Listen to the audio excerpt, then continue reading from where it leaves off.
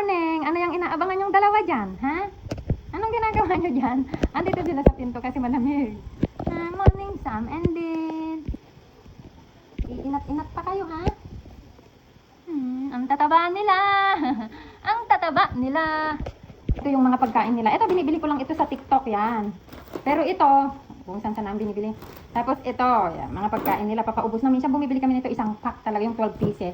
Ito, binili namin sa SNR. Mahal-mahal pa naman ang mga pagkain nila. Ayaw nilang kainin. Ito, sa SNR din yan. Ito yung 1,000 ang isang pack. Dalawang pack yan.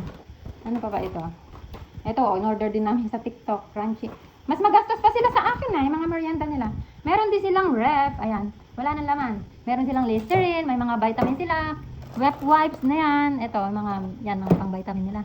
Ito, may mga hotdog silang maliit. Tapos ito yung mga pang suklay-suklay nila. Ako na lang ang gumugupit sa kanila kasi mahal pag nagpagupit. Yan, lagayan nila ng pagkain. Wala na silang laman, no? Ito, pinapainom ko din sila ng gatas, kaya matataba sila. O, ayan pa rin, o. Tinitrain ko sila dati, ngayon tinatamad na ako. Gawa nyo dito.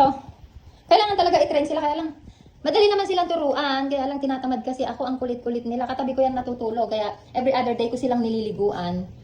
Walang mga, walang mga garapata kasi tinatyaga ko silang alisin, Tabating na ginugupitan ko lang yung mga mata nila para makakita sila, oh.